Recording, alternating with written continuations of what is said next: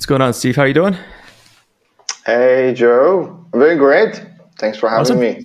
Anytime, man. Anytime. I think the last time we hung out was in Dubai, so it's good to see you once again. So It was yeah, awesome. Yes, and we need to definitely do um, a tour together or something. I know that you go around the world a lot. Sometimes tend to go to here and there. Maybe hmm we can cross paths or plan it together. I would love to, man. Yeah, it's so much fun hanging out with you. Been a big fan for a long time, so it's definitely cool. I think we actually ran into each other in a hotel lobby randomly. Like I went to go see a Totally. friend, and I'd look over and I'm like, "Oh, Steve, what's going on?" So Exactly. Yeah, such a small word, right? it is, Yeah, man. It's same just here. I was a big fan. I thank you. just instantly I was like, ah, it's Joe. Yeah, it's funny how that works. Yeah, you never know when you'll run into people, man. But it is a very small world. For the five people on the planet who don't know who you are, do you want to give a quick intro? Yeah, I'm sure, more than five. But anyway, so I do a lot of stuff. So I'm gonna just be quick about it. But Yeah. I wear multiple hats. I'm a software engineer by trade. Long time ago, where computers were a little bit slower than this. I was doing programming with Fox Pro. I'm kind of started with Pascal and Quick Basic and went all the way. A couple of years ago, I kind of changed the course of the action and became a data scientist. Everybody asks me, it's like, how come? And I'm like I was a software engineer. What do you expect? It's not nothing special about it. We're doing coding. We were doing coding still. We just changed the name.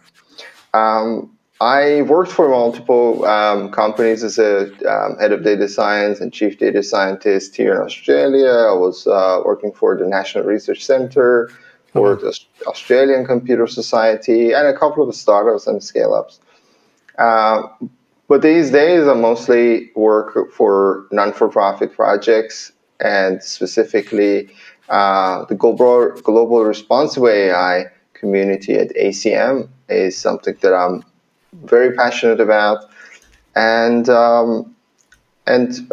I have my own company as well called Generative AI Works, and we believe that generative AI works. It's not just a trend, although not everything about it works, and not everything is, I guess, as we expect. It's something that people sometimes overhype it, but anyway, Yeah. we can get to that later.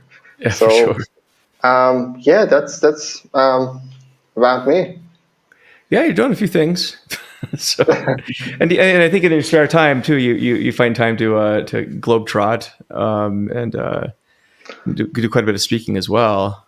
So That's true. I mean, me and Jepson is trying to sort of compete.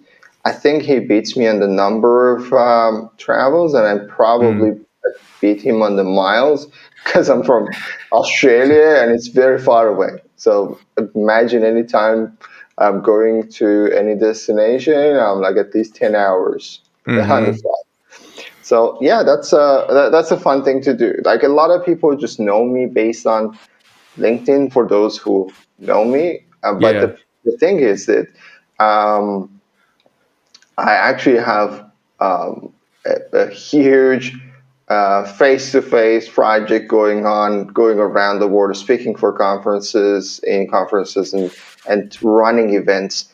Literally, I did it in 2023 uh, in more than 10 countries around the world. And I traveled to 20 countries, but it was like a mixture of fun, running events, and speaking in different events as well. So pretty much like two country per month. dang, that's a lot. And walk me, was it always this way with you? I mean, how did you get to what you're doing today? Yeah, I was like 9 to 5 guy. Yeah. I was an employee as well, like many others. hmm So it's a funny story. So I was a lecturer, casual university lecturer, like 5, 6 years ago. I was teaching advanced data analytics, which by any measures these days is basic data analytics, Right. because of how much we just came through. And that was the time that I was researching a lot about how to teach data science and what are the resources that people can learn from. And what happened is just like randomly, because of like suggesting all these resources, I thought like, mm, let's give it a try, share it on social media, see how it goes. And 6 years ago, data science, Hmm. resources, learning material, and boom. A lot of people showed interest. They were excited. They um, supported, cheered up, and kind of it became a regular thing to do. So from 6 years ago, regularly sharing stuff on social media kind of started to push me to think about what else is possible outside of my normal daily job. Hmm. So in parallel, I started then getting opportunities, doing things. Speaking for conferences is something that usually will come when you have a little bit of things going on in social media, and then from there things changed. So I got a Hmm. lot of advisories. I worked on many projects across the world and freelancing and helping other companies. And the full time wouldn't allow me to do it, so I had to quit. And it just expanded to this year was a little bit kind of weird. I've been all around a little bit too much. I can tell you that at the end, I was like, I don't want to leave home. I want to stay here in Australia. I Yeah. really miss my family, and it was overwhelming because I was just like 10 hours, 15 hours of sitting in a plane is not fun all the time. I can tell you that, and um, I'm sure you have the experience. I've seen you going all around the world a lot. Like if you've been in India, Australia, and many couple of places. But yeah, that was the sort of the history. And these Hmm. days, it's just a regular thing. I have plans to um, go back on a tour Nice. for specifically for the for global AI responsible AI community, which is very important and very close to my heart. That's really cool. Were you always a community person, or how did you find that you enjoyed the community aspects? Um, yeah, when I was a student, I was always going to these hackathons and meetups sort of things when I was doing my masters. So I was on the receiving end of it, Hmm. and I was enjoying it. So it was like, okay, somebody's doing it, and I like it.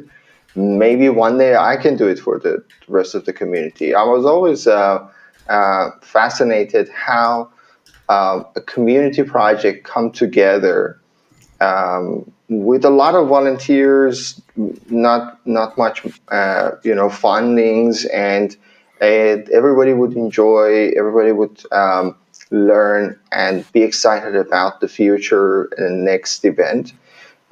So that was the sort of the vibe that got me interested to either know more about it or do it myself. So I got involved running hackathons in Australia.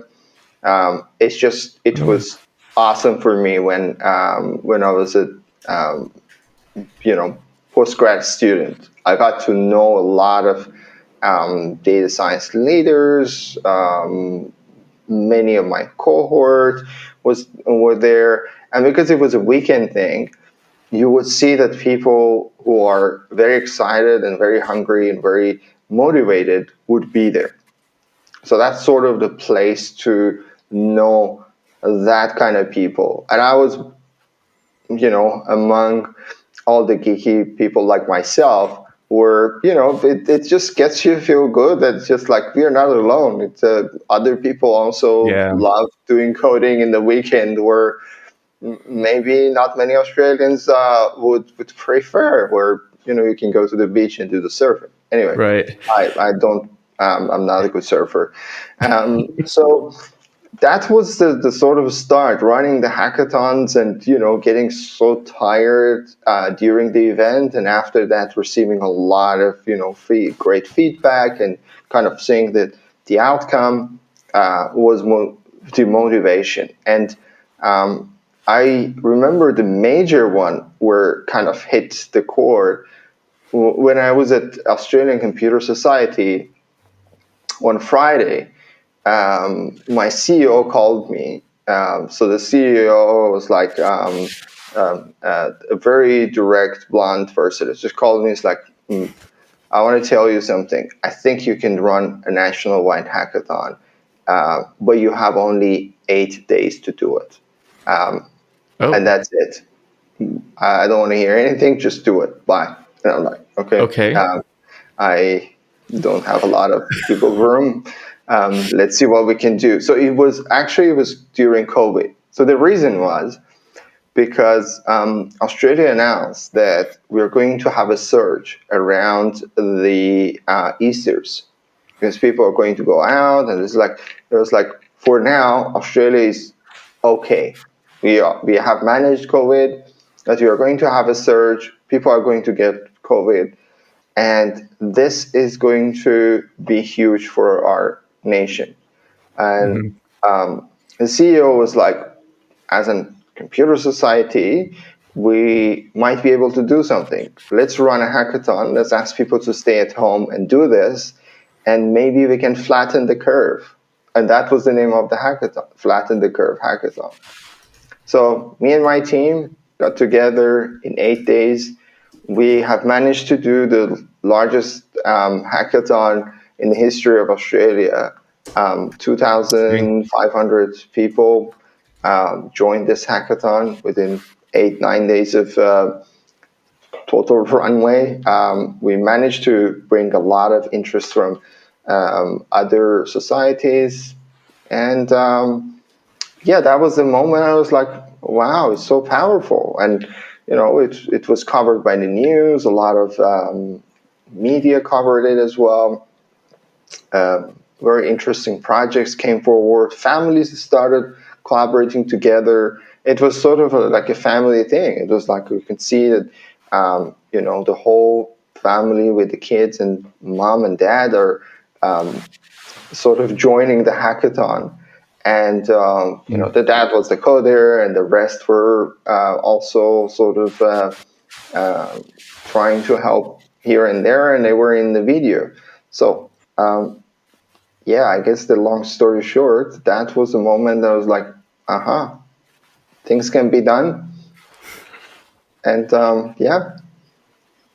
That's really interesting too, because I mean, I've been to Australia twice now.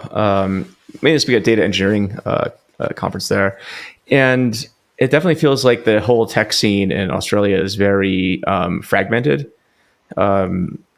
Like Melbourne and Sydney, for example, don't really talk to each other. I think it's kind of a rivalry maybe between the two cities in general. I can tell, and then Perth is basically may as well be on Mars. That place is very far away. Yeah, So that's true. My brother used to live in Perth, and I'm like, I don't know you. Don't come here. I'm not coming to Perth. But Perth is great. It's just too far. it's too far, man. I remember this last time in Australia, I had to go from landed in Sydney. Then me and Chad Sanderson immediately went to Perth from there, and didn't even really get a break to get breakfast. It's like, dang, it's been a long day. But yeah, I mean, kudos to you for I think bringing all these engineers together and software developers for the hackathon, because I mean that's no small feat. I just know that personal experience, Australia of any country I know is probably one of the most fragmented tech scenes that I've ever seen. It's not like the US where we're fragmented but in different ways, but Australia is everything's far. That's So true. Yeah. Yeah. Yeah. We're trying to bring the community together these days, but yeah, you're right. I mean, it was the first time, and then later we had a lot of great events as well. But I think there are many movements trying to shape these communities and sort of make more collaboration between them. Hmm. But it is a small community, so it seems a little bit fragmented. But also, it's a small community for the size of the country. You can see like the Yeah. population is actually much smaller than you expect. Yeah. Yeah. Exactly. So there's community stuff, and then let me see here. You got some stuff with the ACM. Kind of went over this before the show too. I mean, you're working on like three concurrent big things right now. So it's like you got the stuff with the Yes. ACM, you got your LinkedIn, and a bunch of other stuff there. So um, yeah, let's walk through that though. So the stuff you're doing with ACM, like what I think you briefly touched on that, but maybe dive into a bit more into what you're doing there. Yeah, yeah. I mean, as I said, like I was also doing some lecturing back then, which sort of I had to stop because I was going around the world and sort of it does not it does not um, look like you're putting the time and effort and availability for your academic role. So I had to stop Mm, it and focus on something that I thought might be more helpful, which is the ACM project. So ACM, is American Computing Machinery. Um, Association of Computing Machinery. It's yeah. not just an American organization. It's a global computer association, and it's probably the oldest and the largest one in the world. Hmm. Um, a lot of people might know ACM by the Turing Award, which was sort of awarded to the godfathers of AI. I think it was a couple of years ago. Hmm. It's a very credible organization, has been there for a long time, and has more than 100,000 members around the world, runs events, they help research and help academics, help also students and professionals to, upskill, connect, and all the sort of perks of being part of an association. So I started this project with them at the Global Responsible AI Initiative, where the conversation started like this. So there are a lot of organizations that are bringing together thought leaders, the smarter people in the room to think about how we can have the responsible AI. And I was part of those initiatives. I was a committee member at ISO, International Standard Organization, Interesting. and I know World Economic Forum is doing great stuff in the responsible AI front, and similarly a couple of other organizations. But here at ACM, we thought, let's look at it at a different angle. Let's bring the community together, and the community can be anyone. So let's look at the whole spectrum of people that are going to be affected by AI, and they need to understand about these effects. They need to understand about the opportunities and at the same time the risks. They need to have a first hand direct access to decision makers like the leaders, the community leaders, the tech leaders, also the public and private leaders like the governments and so on. So by bringing them together, maybe we can start a dialogue, and then we can identify what's missing, who is missing, being missed out, and what are the risks that we have no idea about. So essentially, it's bulletproofing the future, because if you think about a piece of code written by a software engineer, it will go to tester, and we always know that the tester would add, based on their own understanding, will test this, right? And and then it comes based on your bias and background how you test something. And so testing an AI is the same. Like literally, the whole world knows about the every way that you can test AI.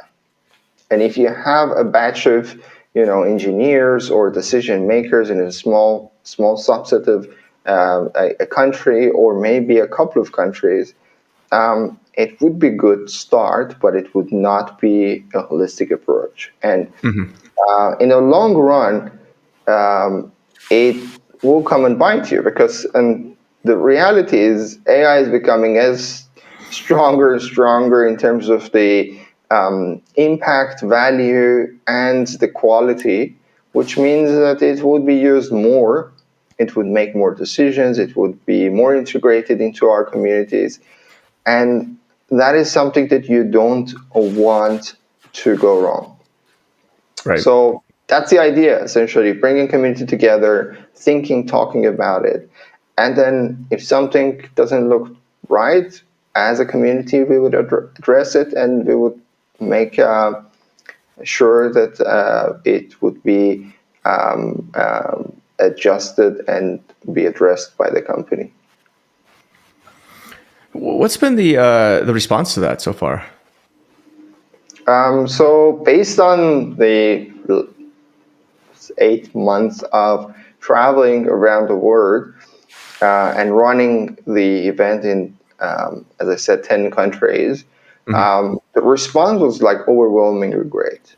That's cool. I can all of the events, full house, like it is free, but anyway, like the most important asset of any human being is time, and people coming to these events, they are very excited and they all give us very positive feedback. What we are doing right now, starting to activate these communities in different countries and then trying to help them to shape their own local committees to be able to do much more.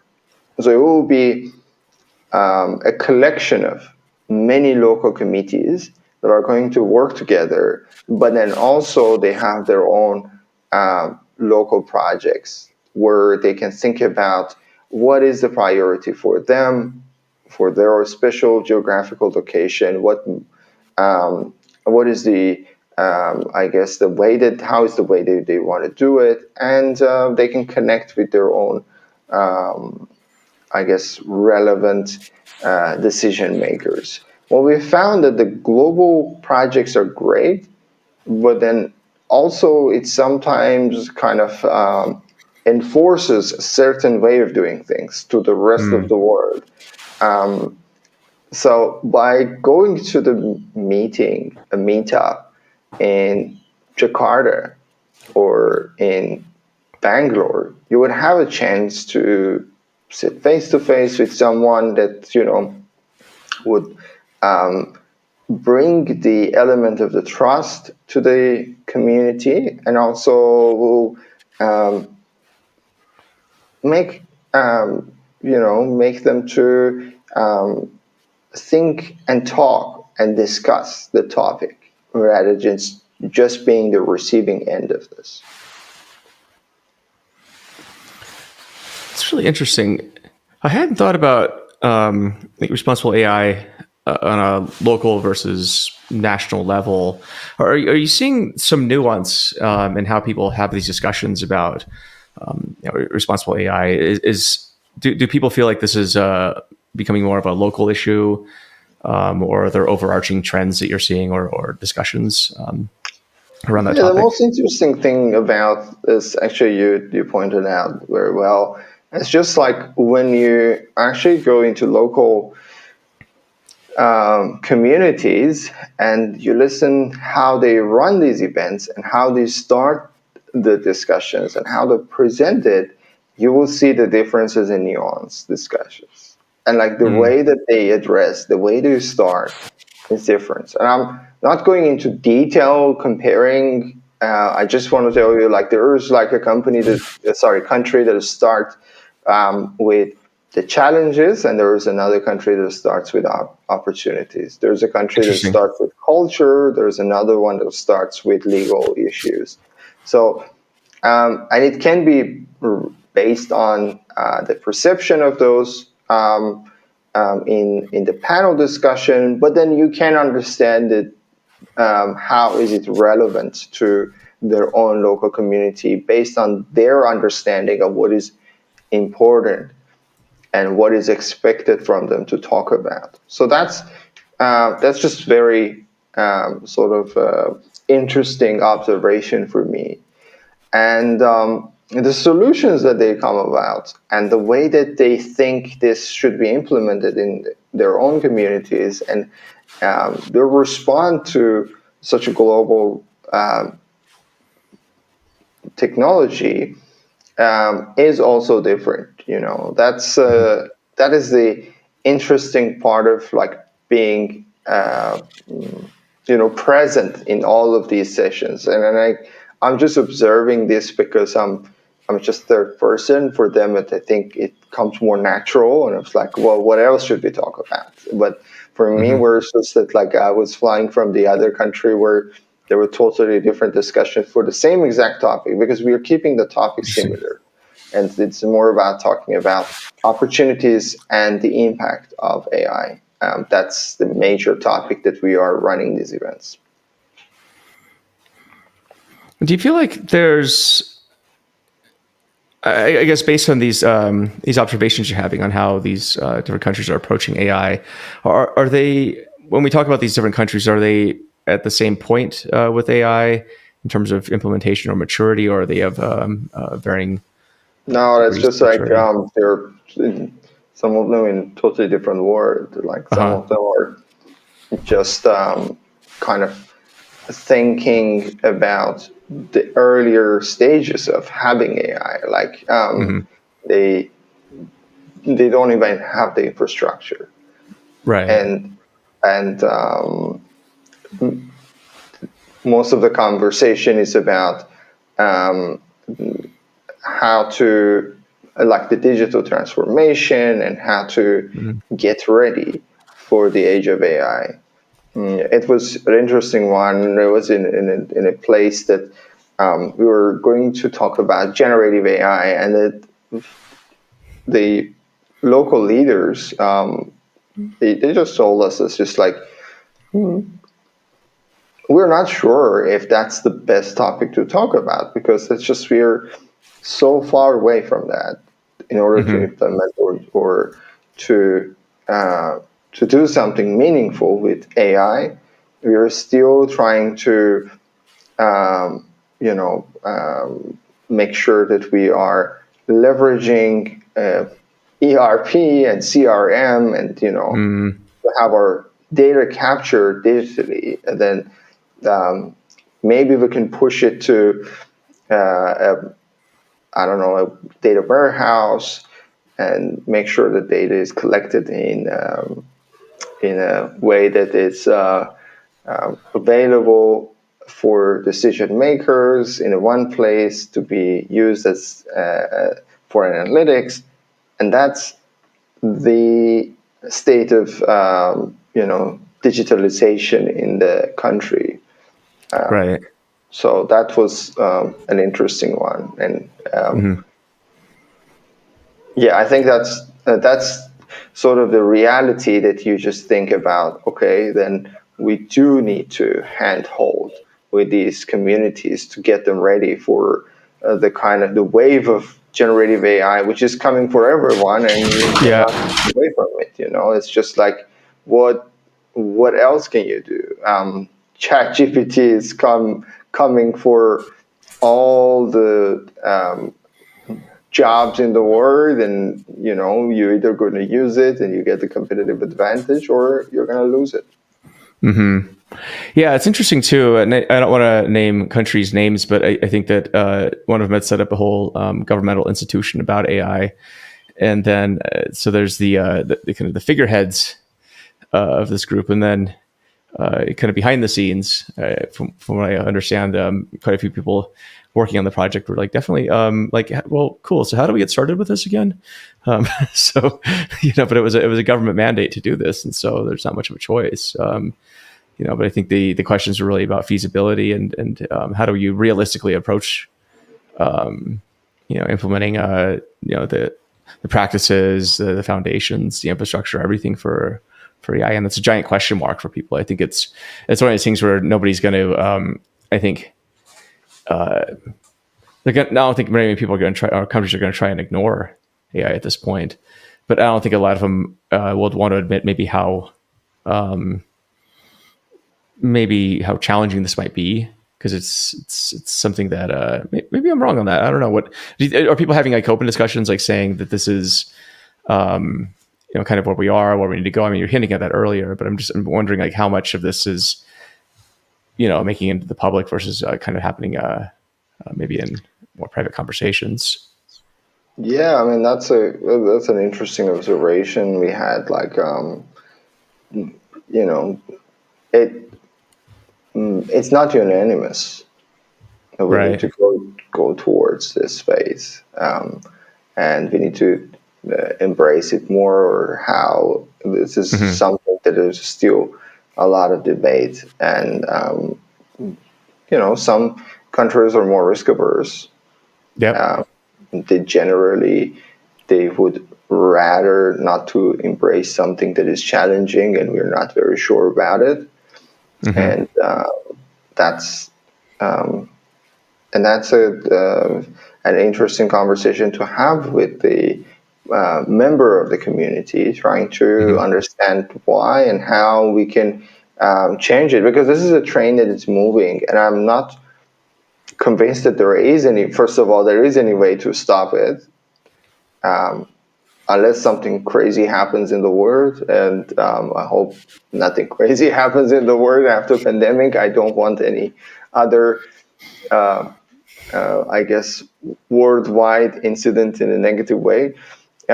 So yeah, otherwise I think it's going to go forward, and humanity is kind of pushing it forward.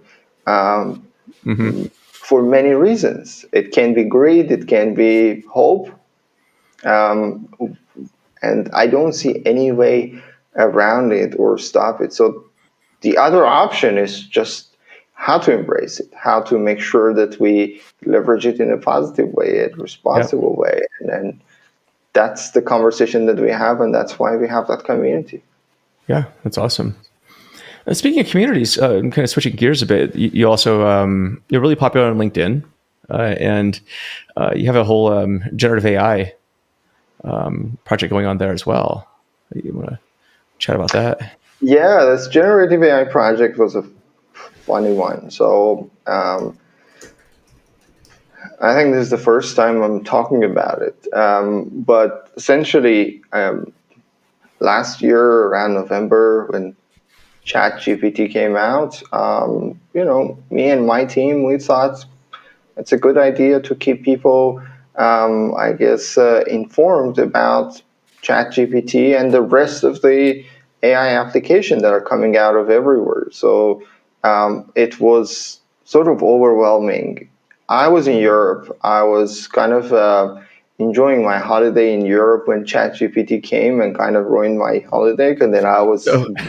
bound to my computer trying to see what's going on, and it's like Yep. it was just like hurricane. I think I was in Yep. Germany, and then I went to Austria, and then I went to Greece before coming back, and then cut my trip short. So I kind of like, oh, this is going to be interesting for me to focus. So let's go back to Sydney. And around the time, kind of me and my team started this page, we shared all the news, interesting tips and tricks, and sort of things that will help people to understand more about how to leverage these platforms. And it got some popularity. We got a lot of positive feedback, and Long story short, now I think within a week, we're going to hit the 2 million followers Wow, on that's really cool. LinkedIn, which is a milestone. And thanks to thanks to all the other contributors and everyone who have been supporting us. We are planning to um, launch a couple of features and some interesting projects. So on the back of that, then we started a project called Gen AI Works.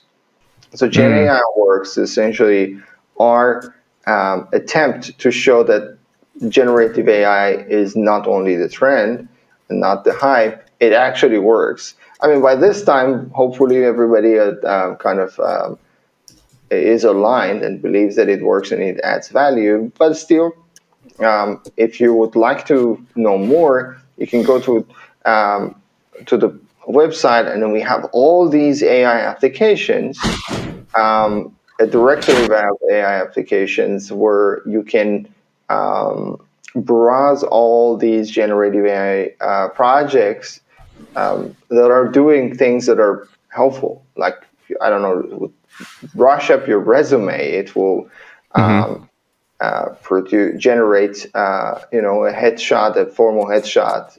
It will generate, I don't know, an article for you, or blah and blah. So there are lots of projects there, and many of them coming every day. Like, I think around 100 AI projects are being shared on social Jeez.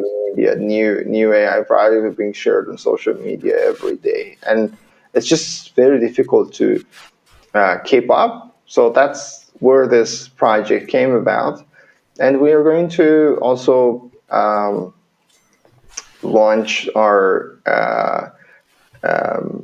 little media company, trying to share more deeper conversations and articles. hmm And also, lastly, we have a product coming up, which, I'm not going to give away a lot, but it's going to be a product. It might look like a little bit like something that you have used very, very frequently. And that's going to, it's not going to be competing with anyone. It's going to be worked alongside all the other projects that you are using right now.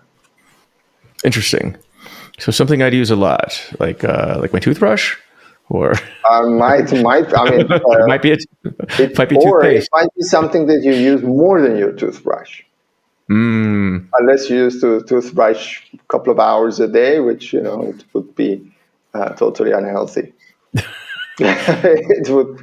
Don't bet me on this. I'm the kind of guy I floss my teeth like 6 times a day. I'm weird. So Flossing is all right. I don't think if you brush it like a couple of hours a day, you'll that's a bit get rid of obsessive. your teeth totally, because it will just grind them.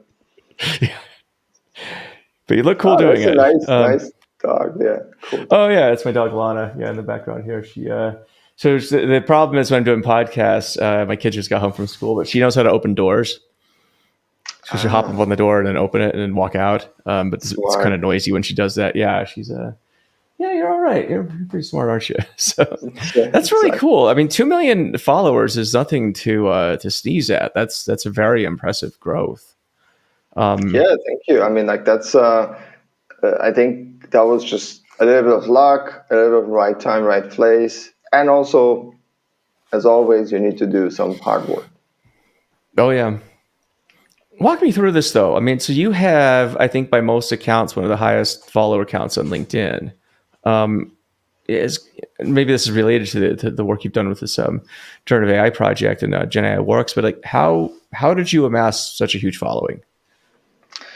Yeah, I mean, long story short, 6 years trying to make sure constantly you add value and share something interesting, helpful, resourceful, educational, valuable to the community.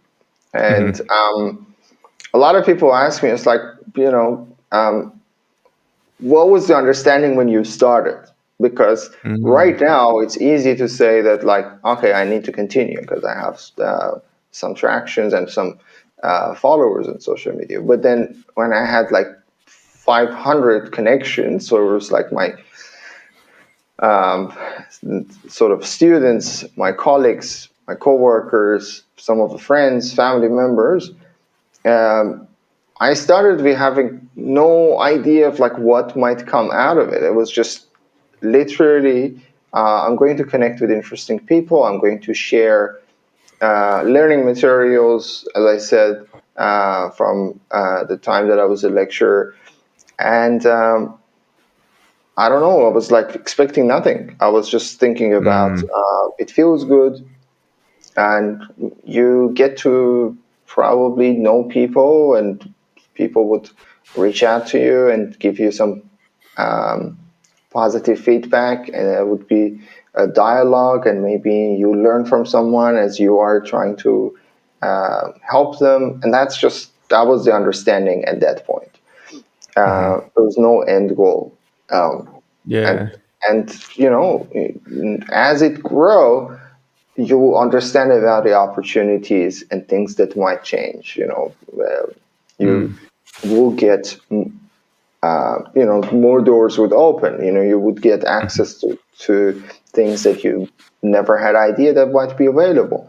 And so that was the case. But essentially, if you just do the calculations, 6 years, almost every day, 1 hour of spending the time to curate, create, share something interesting.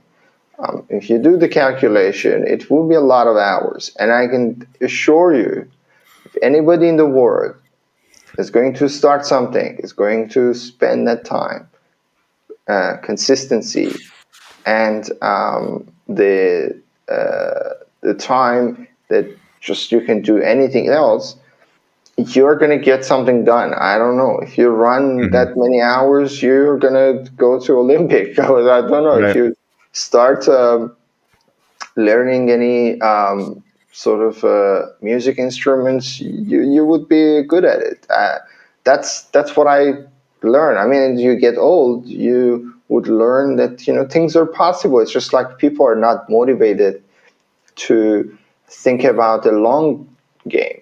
Everybody wants to Right. these days, especially because of social media effect and things like that, and going viral. Everybody thinks it's like, how can I have the same followers in 6 days instead of 6 years? Then that's a difficult conversation. I get this question a lot, like, how can I get that many followers in 6 days? And I was like, I am dumb. If I knew how to do it, I would have done it in 6 days. Believe me, like, uh, if there was such a magic that I was aware of, I would have used it. There is no Mhm. such a thing. That's really fascinating. What do you think the impacts of generative AI are going to be on social media and influencers? So that's a very, very interesting question, because I think about it a lot, and I think it's twofold. I think from one perspective, it's a tool that will help social media influencers and social media users to generate content more, more quality, higher quality, more frequency, easier, and I guess they can somehow repurpose the content for different platforms, and maybe even translate it without it putting any effort. Like, it just with these new platforms, you would speak in any language, lip sync with your voice, and it was a kind of $100,000 or maybe a couple of $100,000 project for any podcast producer to be able to translate and dub the project to 5, 10 different languages. And now you can just click a button and you have the result in all of them.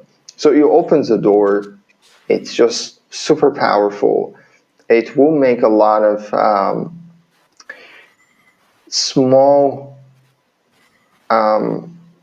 companies that are just around social media content generation. And you would have like one or two entrepreneurs, people that are so excited and super motivated, that would leverage all these tools, and they will build their own media empire. And that's a creator economy that we all love to hear about. But then this is all the good stuff. But then at the other end, I think it would negatively affect the feeds in terms of being spammed and oversaturated with generated content, where there are not much effort done by the creator. It's mostly generative AI. And as we know, generative AI would generate a lot of interesting stuff. The text is really good, the image is really good, but then essentially that's just aggregation. So where you're going to get flooded by a lot of aggregation rather than creativity. And that would be something that I'm a little bit worried in the long term, because many people are motivated by the quick gains, financial gains. Yeah. And that's just normal. I mean, you cannot change the humanity. So they would try to gamify social media, leveraging these platforms, trying to just mimic things that are working for the others. Joe is doing this podcast of having this camera like this set up to show the keyboard and things like that. Let me just copy that using AI and exactly generate the same thing. And then a lot of people are going to generate the same thing. And a lot of people trying to do it in masses, and then that's where the spamming will happen on social media, and the creative voice is going to be kind of masked by the algorithm, because that's the problem. That's the other problem that we have. The algorithm will decide what to share and how to share it. And a lot of times when you actually generate something that is very interesting, very deep, but it's not as controversial or something that would drive the benefit for the media companies, for the social media companies, then you would not get the boost and enough visibility. Yeah. That's definitely true. Yeah. I mean, because already it's like, we kind of think about living amongst robots and AI, but I mean, the thing is, we've been gaming our content for the algorithm for ages. That's what SEO is, literally, is gaming your content so the algorithm will pick it up. Right. And so this, you're absolutely right. And it's something I've been thinking about a lot too. Like, what are, from a creator standpoint, like, what can AI not replace? And I think it's going to be more conversations like this. I think local events and in-person events are actually going to become really popular, because the downside, or there's definitely a lot of possibilities with generative AI, but as you point out, if it's super easy to create content, it's going to get kind of boring after a bit, I would imagine, right? And like, in one hand, it means, I would say, also less competition, though, if you're like a truly creative person who can amass an audience, and build a community, maybe the old-fashioned way. I think it might give you an edge in some ways, but I'm very curious to see what happens with social media. It can go either direction. It might be awesome, or, as you point out, it could be it could get oversaturated, and not sure. Yeah, that's true. I mean, we sometimes regulate ourselves very well, and I'm hoping that would be the case, where people would identify real creators, the people that are adding real value, and they would rally behind them and kind of make sure that they still stay you know visible to the community. But then as I said, the AI is becoming more powerful and more powerful, and it might outsmart us. Mm-hmm. And that's the other end of it. Like there are people that are right now thinking how I can leverage this generative AI platform to be able to generate content that looks creative and looks interesting in masses just by leveraging Joe's content. And Oh that's yeah. just sometimes it's difficult to Well, I see it identify. already on Amazon. I see it already. There's books that have the same title as my book. They're not my book, Yeah, right? And in the reviews of them, it's like everyone's like, "Yeah, this looks like ChatGPT wrote this. These books literally make no sense whatsoever." But that's happening. There's at least 4 to 5 titles out there. One second. Okay. Yeah, opens doors. So she always has a spring on the door spring first, and then opens the door because I don't know why it's a weird habit she has. trying different ways. Yeah, no, I don't know where she picked that up. It's a pretty smart dog, but yeah, that's absolutely right. And it's I mean, what are you trying to anticipate anything through the content that you're making right now in terms of trying to stay ahead of the curve with I mean, generative AI and content? I'm trying to stay true to my own way of sort of generating and sharing and sort of creating content. And so that's always a dilemma. I have been doing it for a long time. It was all right. I mean, some people like it, and I think like all the time, should I also think about going with the flow and a new wave, or should I continue doing what I was doing? And it was all right, and people are giving me uh, you know positive feedback. So that's the dilemma, and you sometimes want to stay true to yourself and don't use a lot of these generative AI tools. As you said, it would generate things that look all right, but then it does not make a lot of sense. And you don't want to be seen and be caught in that sort of situation, right? So, that book has your title, and probably if it is rephrase of your sentences, it has certain meaning to it, but I mean, any smart person will kind of understand that it is ChatGPT written book, and doesn't have the depth, doesn't have the That's just it. value. Yeah, that's where I feel like if you have depth, if you're able to create something of value, there's almost less competition in a way because everyone's going to be doing the easy way, right? So it's kind of like the easy button back in the day, or people wanting millions of followers in 6 days. Everyone's going to try and take shortcuts for people that are used to grinding it out. Or kind of more old school like you and me. It's in some ways it's less competition. In more ways, it's just more competition. It's just like if everyone's shooting steroids and you're not, you better be a good athlete. That's true. Yeah, I 100% believe that still it is obvious who is generating high quality content, who is putting effort, and sort of the community would reward them by engaging and watching their content. Yeah. I hope that it stays like this. That's my hope.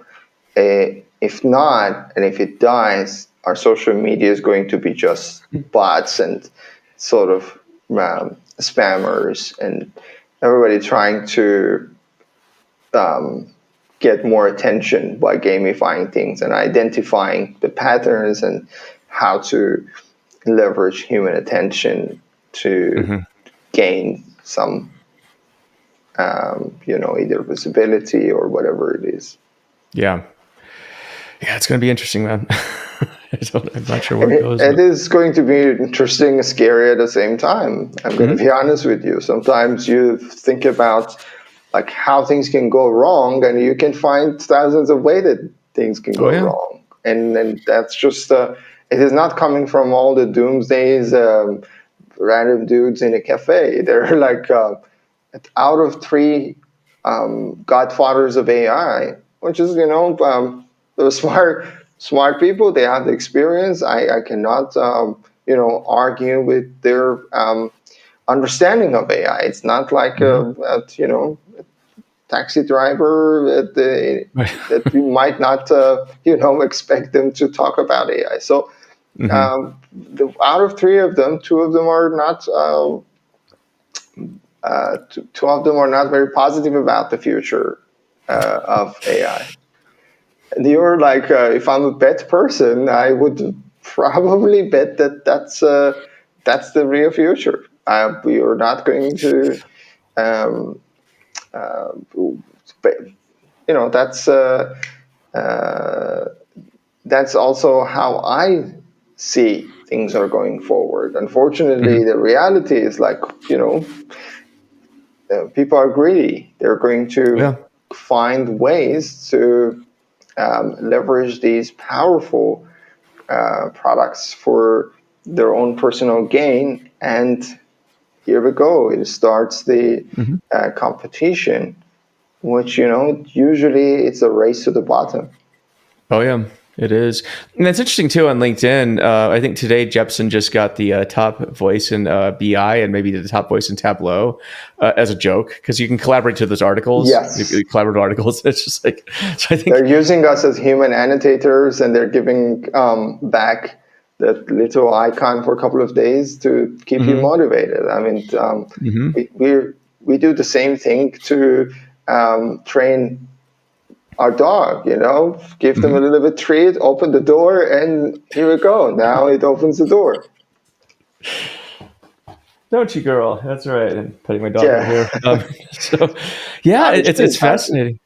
I mean, I think those top voices badges were kind of interesting to see because for the longest time I was like, what is this and how do you get them? Then all of a sudden everyone's collecting them like like some sort of a like a I don't know, toy or something. I actually absolutely refuse to participate in the collaborative articles though, because I'm just like, all you're doing is just training the algorithm. I already do enough of that on my own.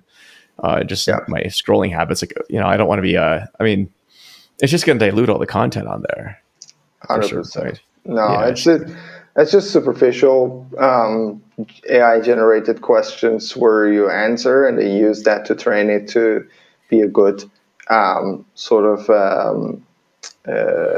good coach. Probably later they're going to use this to generate their AI coach, where you ask, questions related to different maybe fields. I don't know how exactly it's going to pan out for them, but what I can see right now,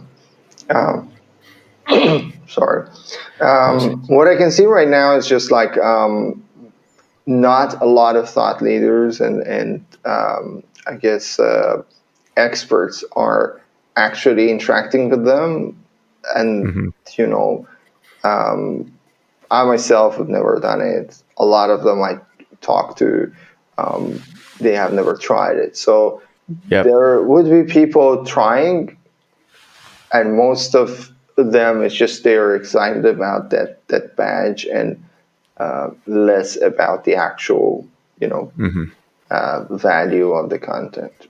Yeah, exactly. So keep fighting the good fight. Avoid that crap. It's dumb. It's hokey. So I just think it's you're better than that, Steve. So no, thank you. No, I mean I'm also too busy probably. True. So I have a lot of other ways to add value to people than just annotating LinkedIn's algorithm. That's awesome. Well, cool. I know we're coming up on time here. It's been great having you on the podcast, man. It's good conversation. It's actually looking at photos the other day of just our trip in Dubai, and it's cool to hang out. So hopefully we'll get to hang out some more. Any upcoming stuff you want to announce, or any plans for travel in 2024? Yeah, I mean, I'm trying to travel less next year, so I Mm. would probably start with the US in January. Oh, Yeah, I mean, probably CES would be the first one, but okay. let let's see. It's going to be an interesting time. I would like to go in new countries, specifically for generative AI community.